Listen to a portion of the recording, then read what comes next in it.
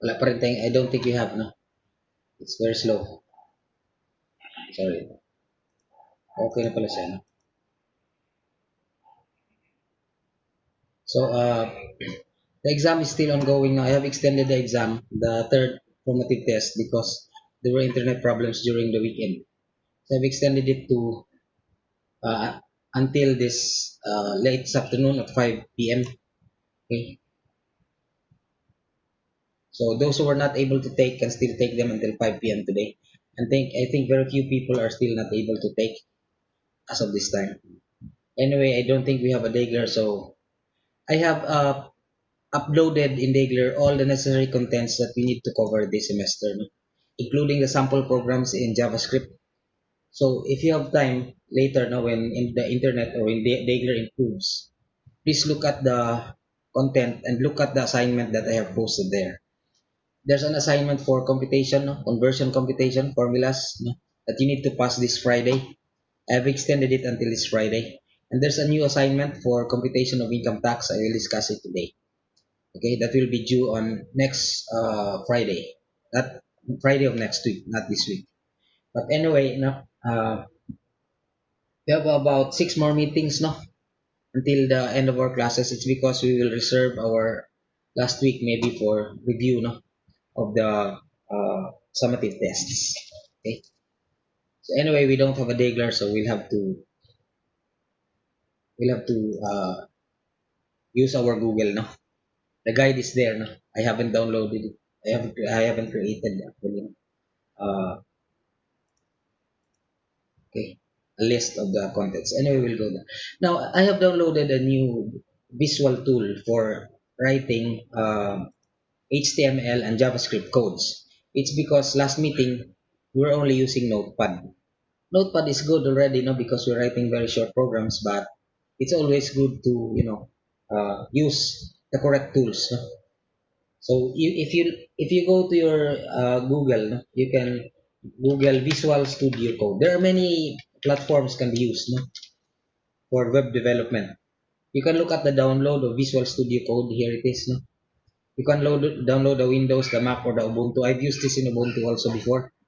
This is a very effective tool for writing web pages, JavaScript, and Python scripts. Okay. This is I have also in compared to the others like Atom and Sublime. No? This is built-in extensions which you can use to run live services. Okay, like web services and others. No, do you follow? Visual Studio Code, you download them and install. Once you have Visual Studio Code, let me close that. You will have this, no, and you install an extension called Live Server. This is Visual Studio Code. It's an editor actually. Let me close everything first. What you do is go to the settings part and then the extensions part. You search an extension called Live Server. No, remember it's in the settings part. Live Server. Okay. You look at the latest version. Like in this case is I think 5.6.1, and then you click install. In my case, it's already an install because I have already installed it. So you click install and wait for a while. Then you will have that. No? Do you follow? Live server is a facility for you to run your web page without having to refresh it every time you edit it. Do you follow? Unlike when we were using Notepad and Google Chrome, we will still be using Google Chrome because live server will run your web page there. Any questions so far? Okay. So ganito. When you have live server, when you have Visual Studio Code and live server, you will edit web projects. No? What is a project? A project is just a folder in your hard disk, which can be a collection of different types of files like HTML, JavaScript, images, and others. You follow? So before you run Visual Studio Code, it is recommended that you prepare the folder to store your project. For example, in this case, no, I have a JavaScript folder which houses all my projects. Now, each project is usually one folder. Do you follow? So previously, I've shown you a script to run to add two numbers. Okay, the code is already, by the way, in Dagler. Let me open the folder. First, to do that, we'll open the folder that contains, add two numbers. It's this, no? Then I select the folder. So remember now, you just go to File and Open Folder in Visual Studio, or rather Visual Studio Code, and then double click and then select folder. So this is now your folder on the left side, and these are now the files that I have. No? For example, I have a sample HTML. Okay, let me erase this first.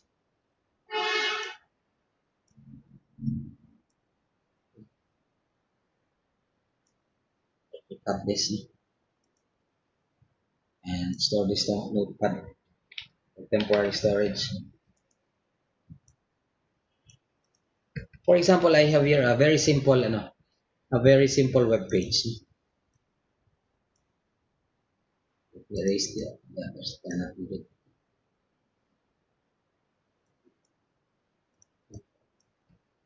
My first web page, and which contains a single button. Okay, then a script, an empty script. Okay. In Visual Studio Code, you can save the file that you're editing. The file in your editing is on the right hand side by Control S. That's a shortcut. Or you can say File, Save. You follow? This is sample.html, one of the web pages that I've written earlier. It's a really very simple web page. No? You can run this now by doing a right click, no, on the file and open with live server. Okay. Right away, no? Your web page will open in Chrome. So this is the web page. No? They follow. Like any other web page, no, you can inspect this, no? And then go to the console and go to the sources also. When you click, this is the web page that you have written. Now sometimes it's important to go to the source if you are debugging. Do you follow? No, if you are debugging, you go to the source and then you will inspect which locate. You look for a bug, you will know the bug because the bug will be marked X here in your web page. Do you follow? In the source of your web page. Sources, no? Okay? So any questions so far? That's how we do it, no? So the good thing about Visual Studio Code is when you edit your code, for example this one, let's edit our code. Let's say let's add another header, no? Another header. Say H2. You type, no? It will type you already once you end a tag, the beginning of a tag. Visual Studio Code will give you the end tag. Okay? So hello. So say hello world. And you save this using Control X. It will also automatically refresh your web page without you having to open and close the file. Automatically, Visual Studio Code, particularly live server extension, will refresh your web page. Okay? Do you follow? No? Any questions so far? So ganito tayo, no? So for example, this is the add two numbers which I have written before. No? We'll open this in live server. So we have this. These are the add two numbers, no? Add two numbers which I have shown you before. Let's. I pressed cancel, no? Then 20. The sum is 30. Okay, let's look at the code again. So ito yan, no? We have we have this, we have a button, and to run the program upon the button of the click of the button, we'll have an on click in this button. I have given you button before, right? As one of the tags in HTML. To place a button in your document. Okay, and then to designate a function to execute when the button is clicked, we have the property on click, followed by the name of the function and open close parenthesis. Okay. This is included in a double and begin and end code. So we have here let A equals B equals blank, B equals blank, X equals 0, Y is equal to 0. Now this is in short for this long, no? When you say let A equals this, B equals blank, it's like declaring var A, B, Y and having four assignment statements. No? Let is a statement which is both a declaration and assignment at the same time. When you say declaration, it declares the variable and at the same time assigns them a beginning value. you can only use let once for every variable. For example, you cannot have let again for a here. This will be an error, no? We follow. So let's say we have let a equals x, for example, no? Like that. That will be an error. Let's try saving this. And then when you compute, no, there's nothing wrong. There's something wrong. We cannot compute. To trace your error, you inspect like this. You go to the source and look for the value there.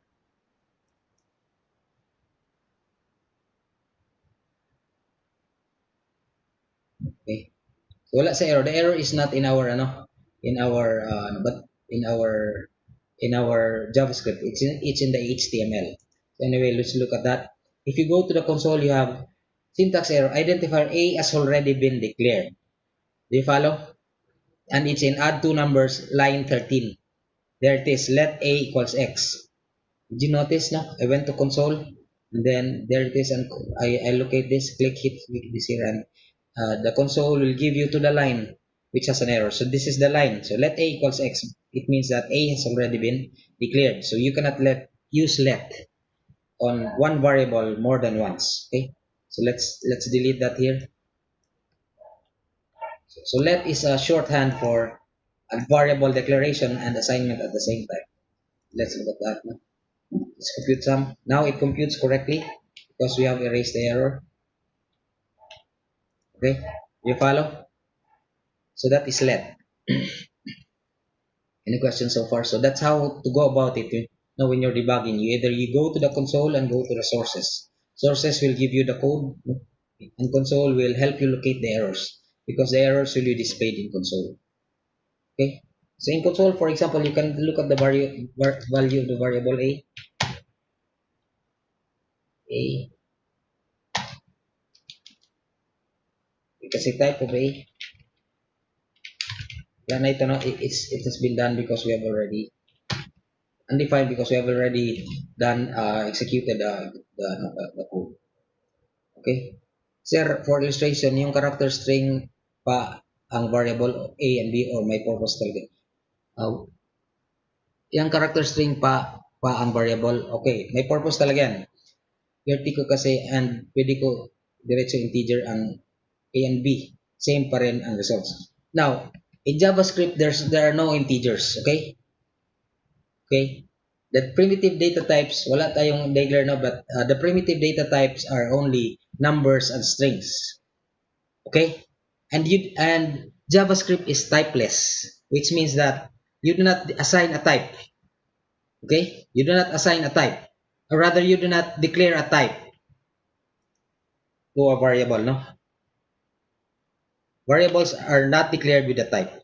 We follow? So look at this. Now, in other languages, you say int a. Do you follow? Okay?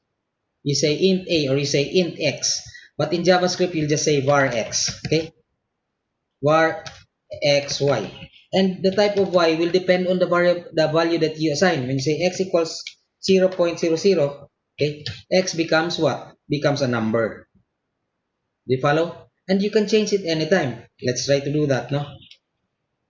Anyway, we can do that in the console. So say var x. Do you follow? Okay, and say x equals a. This makes a letter. Do you follow? When you say x, it gives you x. But you can reassign x. X is equal to 2. Do you follow?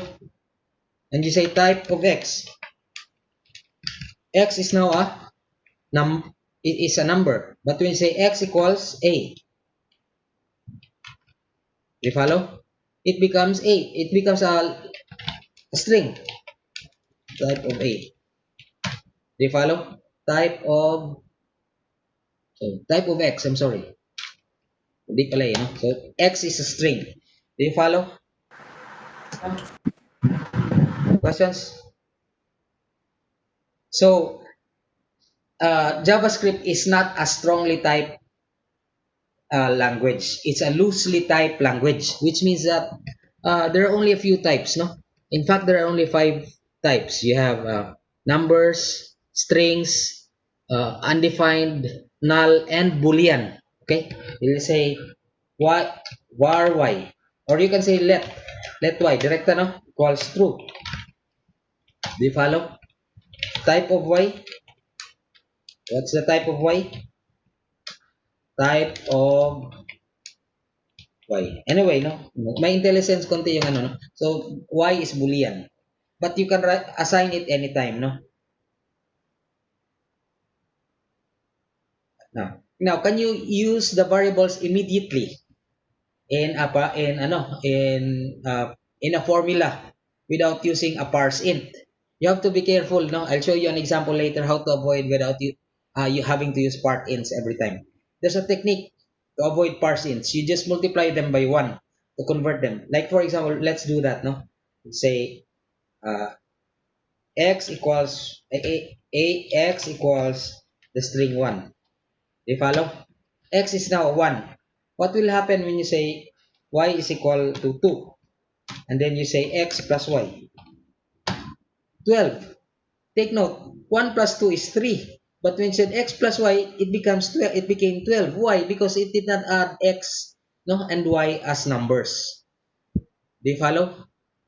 To be able to add x plus y, you'll say x plus y dot parse int, or what parse int of y, because y parse int of x, no, x dot, is there a parse int? Wala, no. So you'll say parse int of x plus y.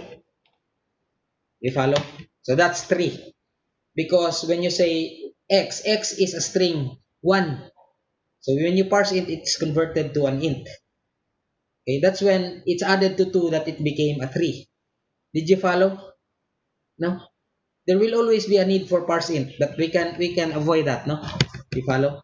Later. Do you get my point? No? In JavaScript, there are only numbers and strings. So there are no integers and floats. Okay? It automatically converts everything. Okay? To the higher class, no, or the higher type.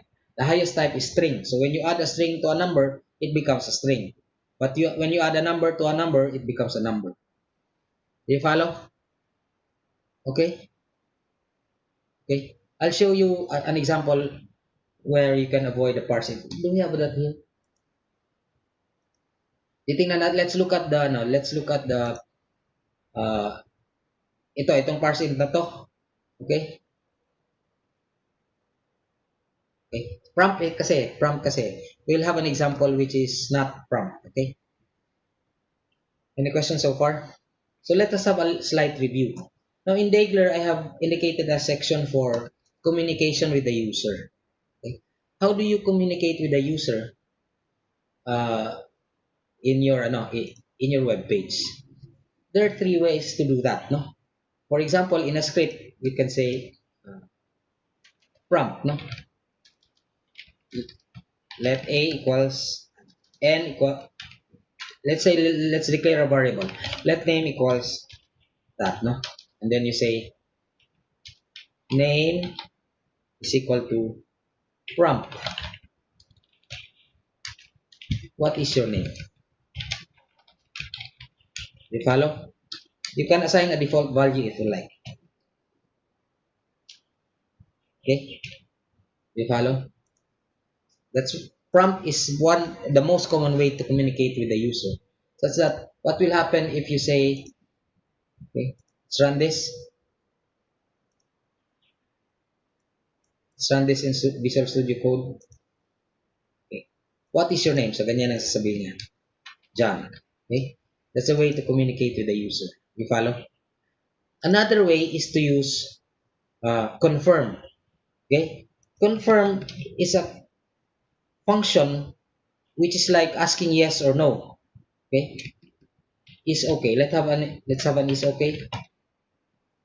But will return a boolean value. Okay? A boolean variable is a variable which can have a value of true or false. You follow? That's the third type. You have numbers, strings, booleans. Okay? You say is okay. Yes. Prompt.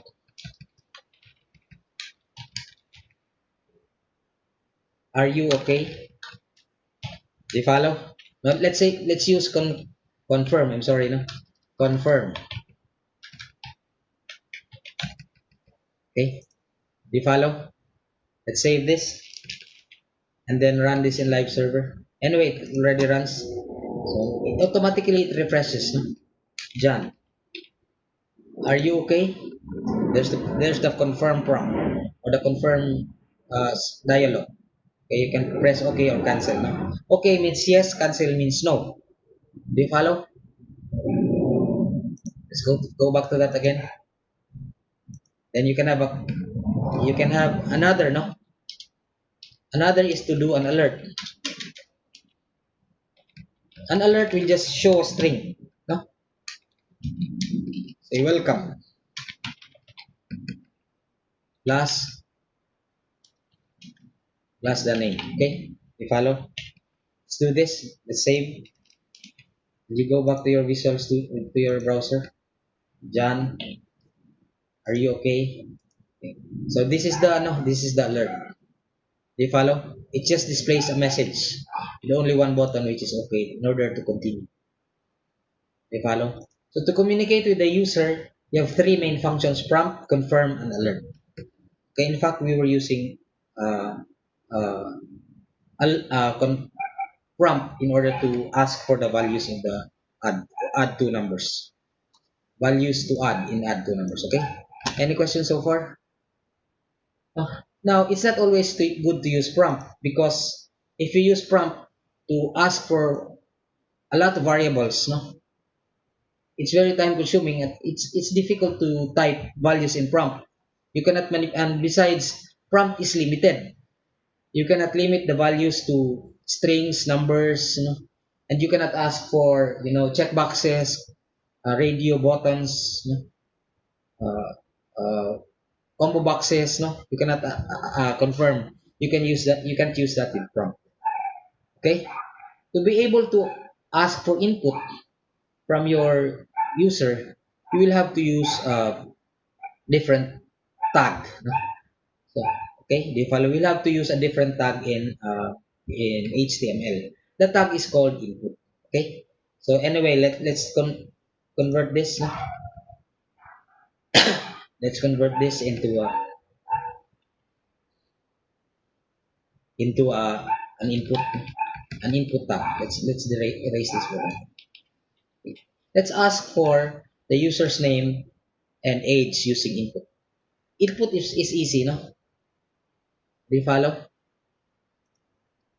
To do an input tag, you start with input and close tag. Anyway,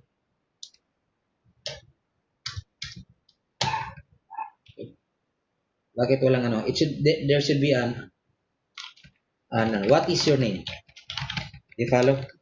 And an end tag. Okay. Let's have an end input tag. Basically, that's how we ask for the user's name. Something from the user, no? What is your name? Do you follow? Let's look at our no. Let's look at our so we have this. We have this input box, no? When you say input, JavaScript will display an input box or a text box for the user to type the value that you are asking for. For example, you can have it here, no? Do you follow? And the label of the tag is displayed right next to it. Okay? Any questions? Do you follow? So you can use input to ask for different values. Let's look at the different values that input can have. No? Input tag types in HTML. Let's look at we don't have a Dagler now. That's why I'm doing this. But in Dagler, you have everything there. I'm googling.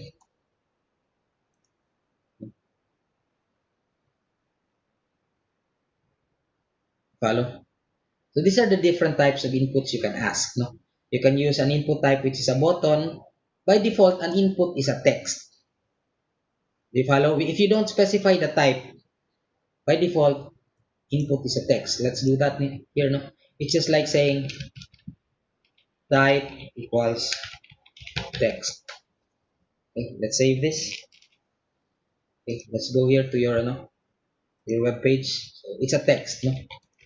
When you say text or no text, no, it defaults to text. You can also use input to ask for a number. The good thing with this is the user will be constrained to typing numbers, no? You'll say type equals number. How old are you?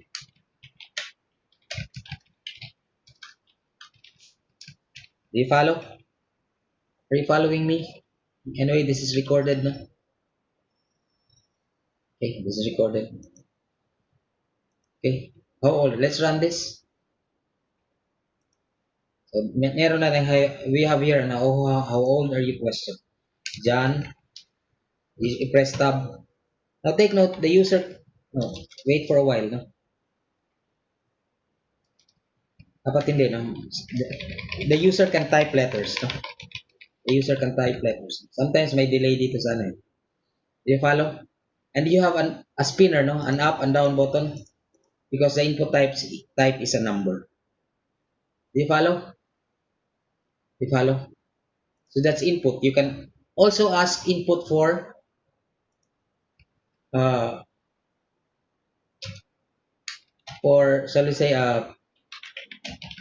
checkbox. There it is. It appears. Now one of the good properties that with using or the benefits with using Visual Studio Code is you have intelligence.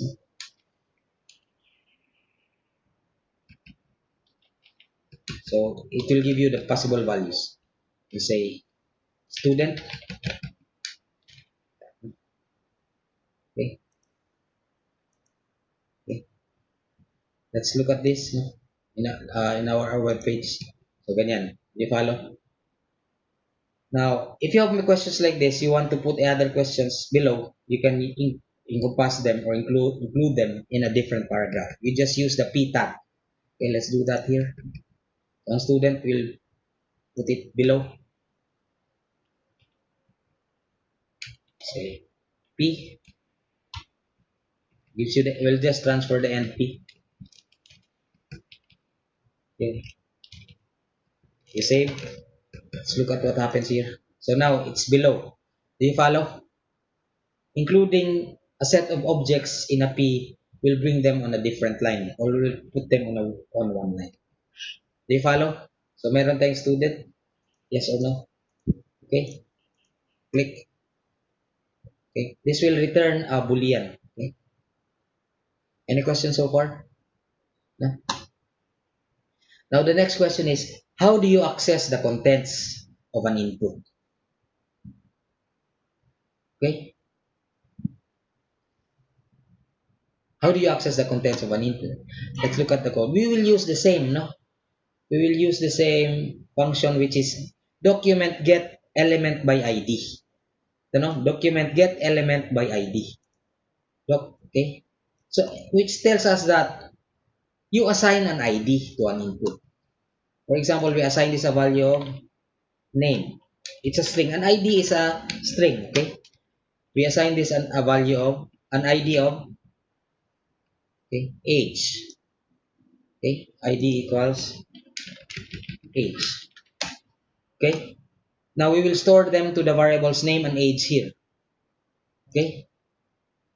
Okay. So we'll say name is equal to get element. Let's look at the document dot. I'm sorry, no document dot get element. There's intelligence, no? So there it is by ID. The ID is the name, the ID that you assign in the tag. The tag is name.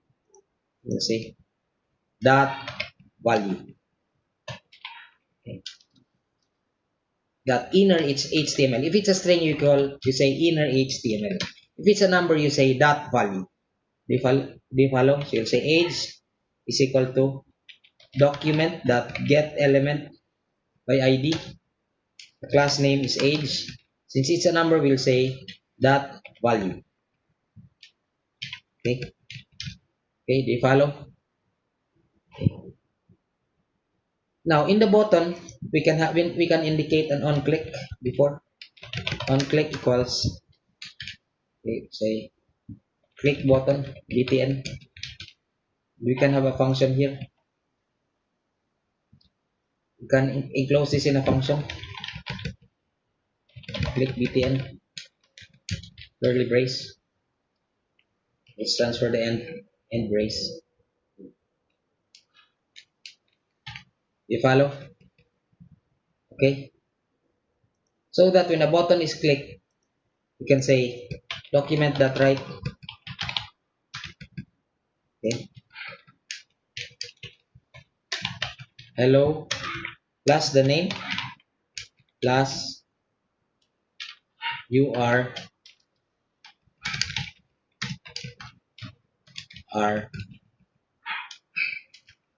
plus the age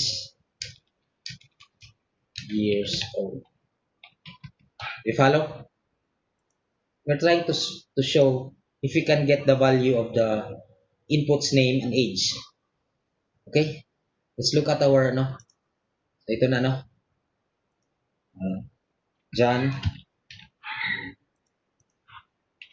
Let's click this. So it gives you the message. Walang pangalan no. Hello, wala na. Let's look at our code. Now it's time to look at our code. Inspect. Let's hello plus name.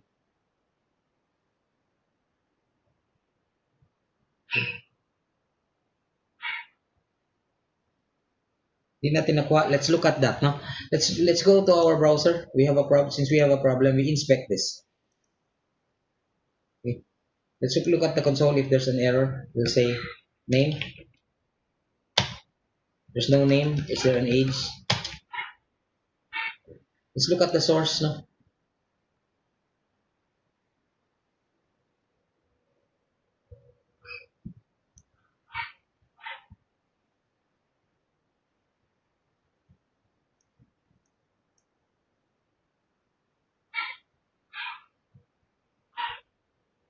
ID name.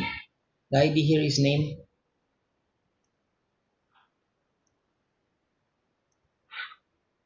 Why did we not get the no? Anyway, another way to do that is to use a console.log. No? Let's use a value na lang, baka mali, no? Value, no? Okay. Let's use that value. Inner.html may be used for what? For get altering the values, no?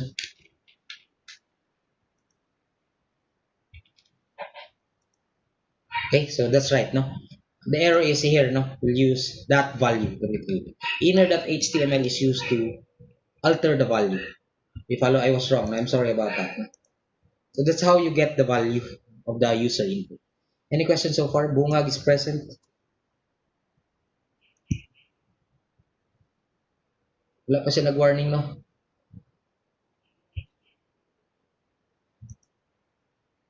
Anyway, no? Mag-warning siya, mag-break tayo. Okay? So, do you follow? So, that's input. And get element by ID. That's how you get the input. Now, sometimes, no? This is awkward because the label of the input is after. Okay? You can assign a label for a value. Now, before we do that, we assign the label. Let's assign a name first. I'll show you why it's useful. No? Name equals name input. For example, this is the name of my input form for the name, asking for the name. And the name of my asking for the age is, the age input is age input. Do you follow? Just trying to do that. Now, why am I asking putting a name? So that I can manipulate it inside the HTML. Okay. The problem with HTML is you cannot have get a document by element by ID here. Document get element by ID. But you have to say label. Label for. The for assigns binds this label to the input. You'll say for name input, which means this is the label for name input. Okay. Okay, and then you say what is your name. Okay, do you follow? Now, if you place the label above the input, this the label will be placed on the left. If you place the label below the input, the label will be placed on the right. Look at that. What is your name is here. Okay, it is transferred to the left. Okay, do you follow? Now let's try that with age. The how old are you question. We'll put a label. Just copy this. Copy. We put it after now. How old are you? How old are you? Now this time this is not for the name input, this is for the age input. Okay, we'll just save Control S and go to our web page. So the how old are you is still there, but it's on the right because we have placed it after the input. Okay, let's transfer it before the input.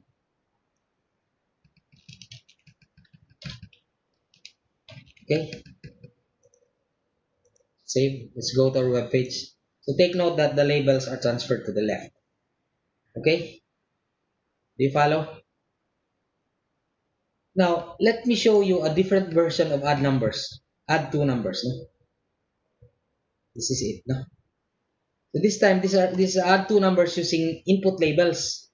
Okay? And we will display the sum into another input. Okay? This is the name of the input is sum. No? The name of the first input is N1. The name of the second input is N2. Okay? So let's run this. This is the first number. That the name of this is the first is N1. The second number whose name is N2. Okay, let's compute sum, and this is okay sum, the value of the name of this is another input, no, an input box which stores the result.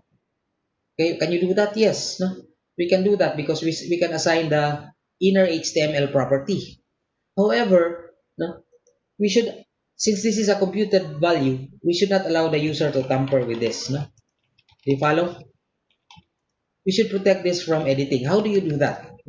One of the properties of an input, no, is called read only. This one, no? Look, do you follow? So, read only will protect an input from being typewritten, overwritten by the user. You can assign it a value inside the JavaScript, but you cannot, the user cannot assign a value.